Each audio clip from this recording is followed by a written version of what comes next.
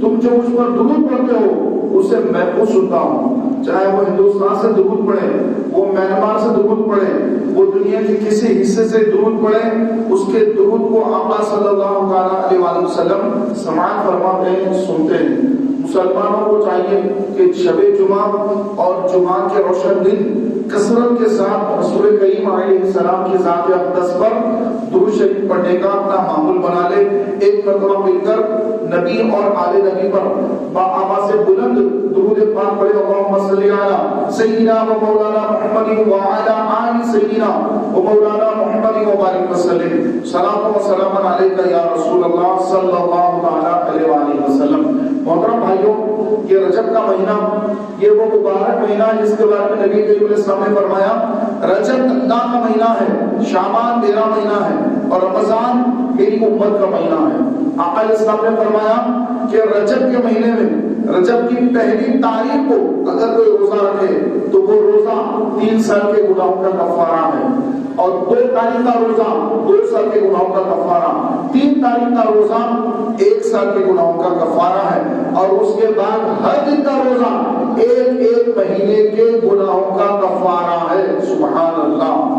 کہ رجب المرجب کے مہینے میں پہلے 3 دن تو بڑی فضیلت ہے، لیکن 4 تاریخ سے لے کر پورا مہینہ ختم ہونے تک ہر دن کے روزے کی فضیلت یہ ہے کہ اللہ تبارک و تعالیٰ ایک دن کا روزہ رکھنے پر اس کے 1 مہینے کے گناہوں کو معاف فرما دیتا ہے۔ پیارے بھائیوں، رجب المرجب کی بڑی فضیلتیں ہیں۔ نبی کریم علیہ السلام نے فرمایا کہ رجب یہ وہ مہینہ ہے جس میں جو بندہ روزہ رکھتا ہے تو اللہ تبارک و تعالیٰ اس کو اس نہر سے پانی پلائے گا جس کا نام جنت میں رجب ہے، اور وہ نہر کا پانی دودھ سے زیادہ سفید، شہد سے زیادہ میٹھا، برف سے زیادہ ٹھنڈا ہے۔ اس نہر کا پانی وہ شخص پیے گا جو رجب کے مہینے میں 1 روزہ بھی رکھ لے گا۔ سبحان اللہ! رجب کا مہینہ چل رہا ہے، رجب کا مہینہ چل رہا ہے، تو جو مسلمان بھائی خوش نصیب جو روزہ رکھ لے تو سبحان اللہ اس نہر سے اس کو پانی نصیب ہوگا جو برف سے زیادہ ٹھنڈا، شہد سے زیادہ میٹھا، دودھ سے زیادہ سفید ہے۔ آقا علیہ السلام نے یہ خوشخبری سنائی تو ہے کوئی مسلمان بھائی جو رجب کے مہینے میں روزے رکھے، لیکن کئی ہمارے اکثریت ہمارے بھائیوں کی ایسی ہے کہ رجب کا مہینہ آتا ہے چلا جاتا ہے، خبر ہی نہیں ہوتی، شعبان آیا اور چلا گیا کو خبر ہی نہیں ہوتی، ماہ رمضان جب آتا ہے تو پھر وہ رمضان کے مہینے میں بس رمضان کا اہتمام تو کرتے ہیں، لیکن کئی بھائی تراویح چھوڑ دیتے ہیں۔ رمضان کے مہینے کے اندر بھی کئی بھائی ہمارے جو ٹیلر کا کام کرتے ہیں یا جو گوشت بیچنے کا کام کرتے ہیں، پھل فروٹ کا کام کرتے ہیں، تو وہ بھائی یا جو باورچی کا کام کرتے ہیں، ان میں اکثر لوگوں کو یہ دیکھا گیا کہ وہ رمضان کے روزے نہیں رکھتے اور کہتے ہیں کہ ہم روزہ رکھیں گے تو تھک جائیں گے، یہ کام نہیں کر سکتے۔ تو میرے پیارے بھائیوں، ایسے کئی لوگ ہیں کہ اتنی تکلیف اٹھا کر بھی روزہ رکھتے ہیں۔ تو یاد رکھیے نبی کریم علیہ السلام نے فرمایا کہ رمضان کا جب مہینہ آئے تو رمضان کی آمد سے پہلے رجب سے، روایتوں میں لکھا ہے رجب سے رمضان کی تیاری کریں، روزے رکھنے کی عادت بنا لیں۔ رجب کے مہینے سے شعبان کے مہینے میں بھی روزہ رکھیں، پھر رمضان میں روزہ رکھنا آسان ہوتا ہے۔ تو پیارے بھائیوں، فرمایا گیا کہ روزے دار کو چاہیے کہ وہ روزے کی حالت میں زیادہ کام نہ کرے، کام میں کمی کر دے۔ آقا علیہ السلام نے فرمایا کہ جو مالک اپنے غلام کا کام کم کر دیتا ہے، اس کے کام میں تخفیف کر دیتا ہے، تو اللہ تبارک و تعالیٰ قیامت کے دن اس کا حساب بھی آسان کر دے گا۔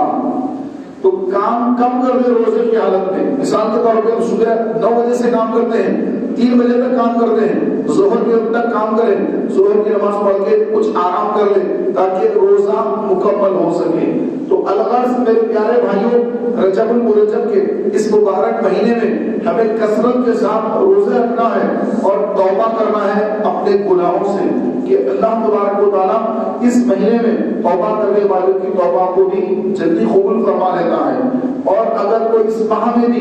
گناہ کرتا ہے، اللہ کو ناراض کرتا ہے، شراب پینے والا اس ماہ میں بھی توبہ نہیں کر رہا ہے اور شراب پی رہا ہے، نعوذ باللہ، زانی اس مہینے میں بھی زنا کر رہا ہے، اور جھوٹ بولنے والا اس مہینے میں بھی جھوٹ بند نہیں کر رہا ہے، جھوٹ مسلسل بول رہا ہے، گالیاں دینے والا اس مہینے کا بھی ادب نہیں کر رہا ہے، یہ رجب اس کو نسبت اللہ سے ہے اور رجب کا احترام کیے بغیر وہ گالی گلوچ کر رہا ہے، نعوذ باللہ۔ اس طرح جو حرام کاری میں مبتلا ہے، رجب کا ادب نہیں کرتے ہیں، رجب کا ریسپیکٹ نہیں کرتے ہیں، رجب کی تعظیم نہیں کرتے ہیں، تو فرمایا گیا کہ ان کو دگنا عذاب ہوگا، دگنا عذاب، کہ جو رجب کی تعظیم نہ کرے، کیونکہ رجب یہ حرمت والے مہینوں میں سے ایک مہینہ بھی ہے۔ رجب، اس کے بعد ذی-القعدہ، ذی-الحجہ، محرم، یہ تین متصل ہیں، ایک سے لگے ہوئے ہیں، اور رجب یہ اور پہلے آ جاتا ہے، یہ مہینہ بھی حرمت والا مہینہ ہے۔ اس مہینے میں نیکی کریں گے تو دگنا ثواب، گناہ کریں گے تب گناہ کا عذاب بھی دگنا دیا جائے گا۔ پیارے بھائیوں، اس مہینے کی 13 تاریخ کو مولا علی شیر خدا علی المرتضیٰ رضی اللہ تعالی عنہ کی ولادت باسعادت ہوئی۔ مولا علی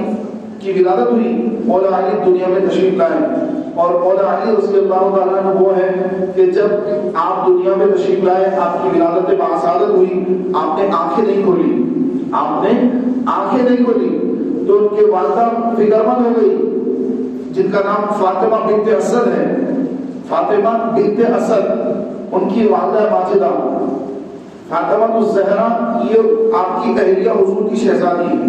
آپ کی ماں کا نام بھی فاطمہ ہی ہے، فاطمہ بنت اسد۔ تو فاطمہ بنت اسد جو مولا علی کی والدہ ماجدہ ہے، وہ پریشان ہو گئی کہ بچہ آنکھیں کیوں نہیں کھول رہا ہے، آنکھیں کیوں نہیں کھول رہا ہے، یہاں تک کہ پھر مولا علی کو جو ابھی گود میں ہیں ان کو لا کر رسول پاک کی بارگاہ میں پیش کیا گیا، اور رسول کریم علیہ السلام نے جب مولا علی کو اپنی گود میں لیا تو سبحان اللہ، مولا علی نے آنکھیں کھول دی، اور آنکھیں کھولتے ہی رسول خدا کا دیدار فرمایا، سبحان اللہ۔ مولا علی وہ ہیں کہ جو بچپن ہی سے جانتے ہیں کہ آنکھیں کھولوں گا تو دنیا میں کوئی چیز نہیں دیکھوں گا، آنکھیں کھولوں گا تو سیدھے رسول خدا کا چہرہ دیکھوں گا، حضور کا چہرہ دیکھوں گا۔ یہ مولا علی رضی اللہ تعالیٰ کی پہلی کرامت ہے کہ آنکھیں کھولتے ہی آپ نے اپنے پیارے آقا نبی کریم علیہ السلام و تسلیم کی چہرے انور کی زیارت کی۔ پیارے بھائیوں، مولا علی رضی اللہ تعالیٰ عنہ، ان کے بارے میں ہمارے آقا علیہ السلام نے فرمایا کہ علی وہ ہیں کہ جیسے عیسیٰ علیہ السلام، کہ عیسیٰ علیہ السلام سے محبت کر کے بہت سارے لوگوں نے عیسیٰ علیہ السلام کو خدا بنا دیا، خدا کا بیٹا بنا دیا، جیسے نصارہ کرسچن لوگ عیسیٰ علیہ السلام کو خدا کا بیٹا کہتے ہیں، کوئی خدا بھی کہتا ہے۔ سرکار نے فرمایا کہ علی بھی عیسیٰ کے مثل ہے، کہ لوگ علی کو، علی سے محبت کر کے، علی کی محبت کا غلو کر کے، یعنی زیادتی کر کے جہنمی ہو جائیں گے، جہنم کے حقدار ہو جائیں گے۔ اور جس طرح عیسیٰ علیہ السلام سے دشمنی کر کے یہود عیسیٰ علیہ السلام کی دشمنی میں مبتلا ہو کر برباد ہو گئے، تو اسی طرح اے علی تم سے دشمنی کر کے خارجی جہنم کے حقدار ہوں گے۔ تو پیارے بھائیوں، نبی کریم علیہ السلام نے فرمایا کہ علی وہ ہے کہ جس کے دل میں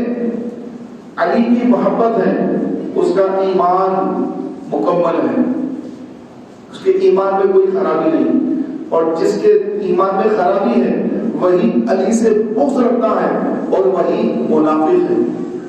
صحابہ کرام فرماتے ہیں کہ ہم کو جب پہچاننا ہوگا کہ منافق کون ہے، مسلمان کون ہے، یعنی صحابہ میں بھی منافقین موجود تھے، سورہ منافقون نازل ہوئی، قرآن میں سورت بھی منافقون کے نام سے، اس دور میں منافقین بہت تھے جو صحابہ کے ساتھ بھی رہتے اور اندر سے ان کے عقائد کفریہ ہوتے، ظاہری طور پر صحابہ کے ساتھ ہیں، صحابہ کے ساتھ نماز پڑھ رہے ہیں، صحابہ کے ساتھ ہیں، حضور کے پیچھے نمازیں پڑھ رہے ہیں، صحابہ کے ساتھ صحبت میں رہ رہے ہیں، سب ہے، لیکن اندر دل میں ایمان ابھی مکمل ہوا ہی نہیں ہے۔ تو ایسے منافقین حضور کے ساتھ نماز پڑھنے میں، حضور کے ساتھ جہاد پہ جاتے وقت آگے رہتے، لیکن آئین ٹائم پر بھاگ جاتے واپس. تو ایسے کئی واقعات بھی ہوئے ہیں. تو صحابہ فرماتے ہیں کہ جب ہمیں معلوم کرنا ہوگا کہ کون مومن ہے کون منافق ہے تو اس کے سامنے ہم لوگ ذکر علی کرتے، علی کا ذکر چھیڑ دیتے، اور علی کا ذکر سن کر جس کے چہرے پر بشاشت مسکراہٹ آ جاتی ہم جان لیتے یہ مومن ہے. اور علی کا ذکر سن کر جس کا چہرہ ناخوش ہوتا ہے، اس کا چہرہ خوشی سے کھلتا نہیں بلکہ مرجھا جاتا ہے، تو ہم لوگ جان لیتے کہ یہ منافق ہے، اس کو ذکر علی پسند نہیں. تو میرے پیارے بھائیوں، علی کی وہ ذات ہے کہ جو منافق اور مومن کی پہچان کرا دیتی ہے کہ جس کے دل میں علی کی محبت ہے اس کا چہرہ علی کا ذکر سن کر کھل جاتا ہے، کھل اٹھتا ہے، وہ خوش ہو جاتا ہے. اور جس کے دل میں ایمان نہیں، منافق ہے، وہ علی کا ذکر سن کر اس کا دل مرجھا جاتا ہے، وہ خوفزدہ ہو جاتا ہے کہ یہ ذکر کیوں ہو رہا ہے. تو میرے پیارے بھائیوں، مولا علی رضی اللہ تعالیٰ عنہ، اللہ تعالیٰ نے مولا علی کو بہت ہی بلند مقام عطا فرمایا ہے، بہت ہی بالا مقام عطا فرمایا ہے. حضرت مولا علی رضی اللہ تعالیٰ عنہ وہ ہے کہ میدان خیبر میں غزوہ خیبر مدینہ منورہ سے تقریباً 170 کلومیٹر دور ایک مقام خیبر، وہ یہودیوں کا قلعہ تھا جس میں پورے یہودی رہا کرتے تھے. رسول کریم علیہ السلام ان کی عزت پوٹی کے لیے وہاں تشریف لے گئے. دیگر صحابہ کرام علیہ رضوان حضور کے ساتھ ہیں، اور خیبر کا جو قلعہ ہے اس قلعے کو سرکار نے گھیر لیا، سارا قلعہ گھیر لیا گیا، اور اندر یہودی بیٹھے ہوئے ہیں، اور وہ یہودی قلعے کے اندر سے مسلمانوں کے تیر برساتے ہیں، اور مسلمان ان کے تیروں کا دفاع کرتے اور قلعہ کو فتح کرنے کے لیے آگے بڑھتے، لیکن بہت سارے تیر آتے، ان مسلمانوں کو رک جانا پڑتا. تو ایک دن گزرا، 2 دن گزرے، بڑے بڑے صحابہ کرام علیہ رضوان خیبر کو فتح کرنے کے لیے آگے بڑھے، لیکن یہودیوں نے وہاں سے ایسے تیر برسائے کہ آگے آنا مشکل ہو جاتا. پھر اس کے بعد رسول کریم علیہ السلام نے فرمایا کہ یہ قلعہ ضرور فتح ہوگا، اور یہ جھنڈا کل صبح میں جس کے ہاتھ میں دوں گا اس کے ہاتھ اللہ نے خیبر کی فتح رکھی ہے. اب یہ اعلان ہو گیا. صحابہ کرام علیہ رضوان کے اندر ایک کیفیت پیدا ہوئی اور دعا کرنے لگے کہ یا اللہ کل حضور علیہ السلام جھنڈا میرے ہاتھ میں عطا فرمائے، جھنڈا مجھے مل جائے، میرے ہاتھ سے خیبر فتح ہو جائے. سب کی تمنا، سب کی خواہش ہے کہ میرے ہاتھ سے خیبر کا قلعہ فتح ہو جائے. اب رات بھر سب بے چین اور بے قرار ہیں کہ کل صبح فجر کی نماز کے بعد رسول خدا صلی اللہ علیہ وسلم کس کے ہاتھ میں جھنڈا دیں گے، کس کے ہاتھ یہ قلعہ فتح ہوگا. نماز فجر کا وقت آ گیا، فجر کی نماز ہوئی. رسول پاک علیہ السلام نے نماز فجر کے بعد صحابہ کرام علیہ رضوان پر ایک نظر دوڑائی، نظر ڈالی. تو نظر ڈالنے کے بعد دیکھا، ہر طرف دیکھا. اس کے بعد صحابہ سے پوچھا کہ علی نظر نہیں آتے، علی کہاں ہیں؟ تو لوگوں نے عرض کی یا رسول اللہ صلی اللہ تعالیٰ علیہ وسلم، علی کو عاشق چشم ہو گیا ہے، یعنی علی کی آنکھوں میں درد ہے. تو علی دور ہے، اپنے خیمے میں دور بیٹھے ہیں، علی کی آنکھوں میں شدید درد ہے، ان کی آنکھیں لال ہو گئی ہیں، آنکھوں میں درد ہے، عاشق چشم ہے. اور رسول پاک علیہ السلام نے فرمایا علی کو بلاؤ. چنانچہ مولا علی رضی اللہ تعالیٰ کو بلایا گیا. مولا علی حضور علیہ السلام کی خدمت میں حاضر ہوئے. پوچھا اے علی کیا ہوا؟ عرض کی یا رسول اللہ میری آنکھوں میں شدید درد ہے، میری آنکھیں لال ہو گئی، میری آنکھوں میں بہت درد ہے. تو آقا علیہ السلام نے اپنا لعاب دہن، اپنا دھوپ مبارک، حضور علیہ السلام نے اپنا لعاب دہن مولا علی کی آنکھوں میں لگایا. دونوں آنکھوں میں آقا علیہ السلام نے اپنا لعاب دہن لگایا تو اللہ نے اسی وقت شفا عطا فرما دی. آنکھیں بالکل تندرست ہو گئی، صحت مند ہو گئی، آنکھوں کا درد اور لال پن جو کچھ تکلیف تھی وہ سب کچھ جاتا رہا، آنکھیں مکمل صحت یاب ہو گئی، آنکھیں بالکل درست ہو گئی۔ اب آقا علیہ السلام نے فرمایا کہ میں آج خیبر کے قلعے کو فتح کرنے کا جھنڈا علی کے ہاتھ میں دیتا ہوں۔ سبحان اللہ۔ پیارے بھائیوں، رسول پاک علیہ السلام نے وہ جھنڈا جو حضور کا جھنڈا تھا، وہ پرچم تو اس وقت سپہ سالار کے ہاتھ میں دیا جاتا، رسول پاک علیہ السلام نے وہ سپہ سالار کا جھنڈا مولا علی کے ہاتھ میں دیا اور فرمایا اللہ تبارک و تعالیٰ علی کے ہاتھوں خیبر کو فتح فرمائے گا، علی خیبر کو فتح فرمائیں گے۔ تو اب مولا علی رضی اللہ تعالیٰ عنہ وہ جھنڈا لے کر مجاہدین کو لے کر خیبر کی طرف بڑھے اور یک باری حملہ کر دیا، اور ایسا زبردست حملہ کر دیا کہ یہود اس کو برداشت نہ کر سکے۔ مولا علی بالکل قریب چلے گئے اور جا کر تاریخ کی کتابوں میں لکھا ہوا ہے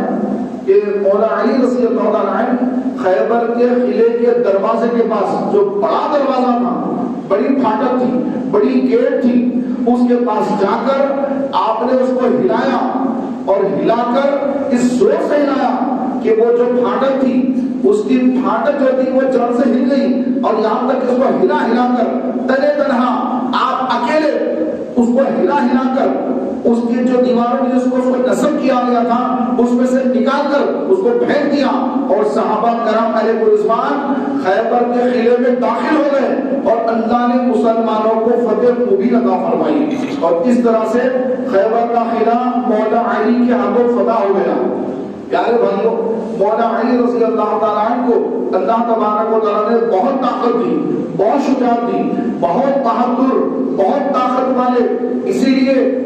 مولا علی کا جب ذکر آتا ہے تو پیارے بھائیوں نوجوانوں میں ایک جذبہ پیدا ہو جاتا ہے، کیونکہ مولا علی رضی اللہ تعالیٰ عنہ کا جب بھی کوئی نام لیتا ہے سبحان اللہ کہ یہ اولیاء کے سردار ہیں، اور انبیاء کا جو ذکر ہے، انبیاء کا ذکر عبادت، تو اولیاء کا ذکر گناہوں کا کفارہ، تو مولا علی وہ ہیں جن کے در سے ولایتیں بڑھتی ہیں، کہ جس کو ولایت ملتی ہے وہ مولا علی کے دربار سے عطا ہوتی ہے۔ پیارے بھائیوں، مولا علی رضی اللہ تعالیٰ عنہ کو اللہ تبارک و تعالیٰ نے بڑی طاقت اور بڑی قوت عطا فرمائی، اور بعض جو خارجی ہیں تو خارجیوں نے نعوذ باللہ مولا علی پر فتویٰ لگا دیا،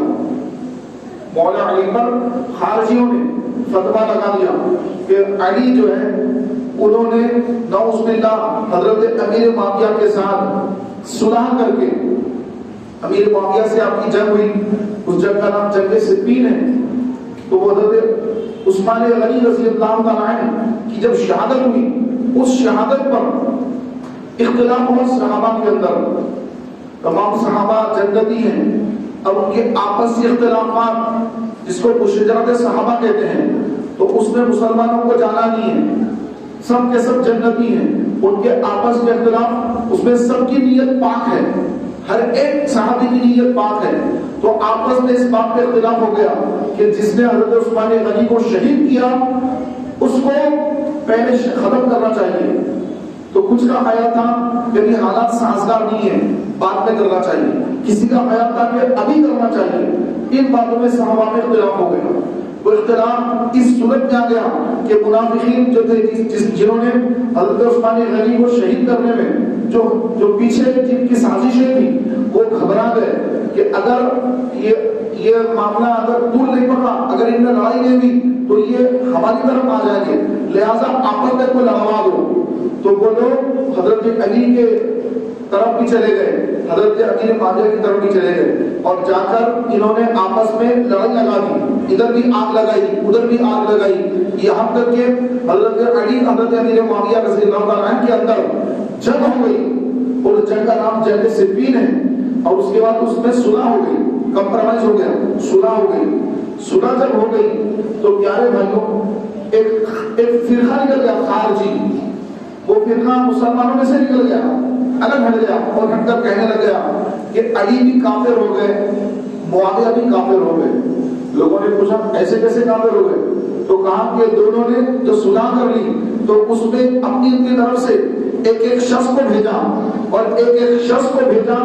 اور وہ آپس میں صلح کرے، تو ایسی صلح کرنا جائز نہیں ہے، نعوذ باللہ۔ تو اس طرح حضرت علی پر فتویٰ لگا دیا، حضرت معاویہ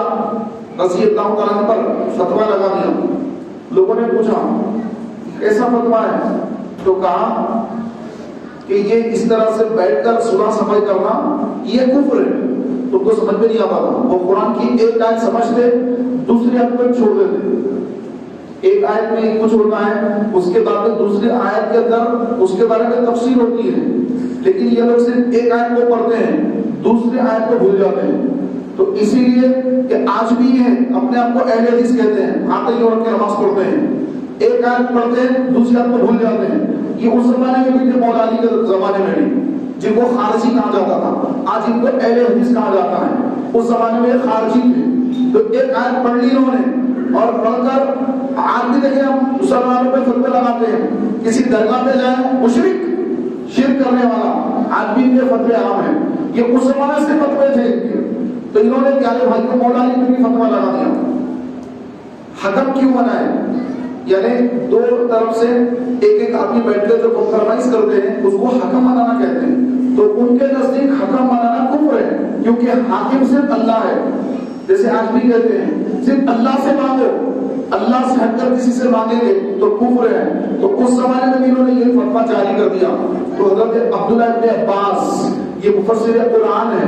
انہوں نے حضرت علی سے کہا کہ اے علی، کیا یہ لوگ اس آیت کو نہیں پڑھتے جس کے اندر یہ کہا گیا کہ جب میاں اور بیوی میں جھگڑا ہو جائے تو بیوی کی طرف سے ایک آدمی، شوہر کی طرف سے ایک آدمی بیٹھ جائے، دونوں حکم بن جائے اور دونوں آپس میں بیٹھ کر صلح کر لے، اور اس صلح کو میاں بیوی دونوں قبول کر کے طلاق نہ ہو، جھگڑا نہ ہو، پھر دونوں مل کے رہیں؟ کیا یہ آیت انہوں نے نہیں پڑھی؟ تو علی نے فرمایا کہ یہ ایک پڑھتے تو چھوڑ دیتے۔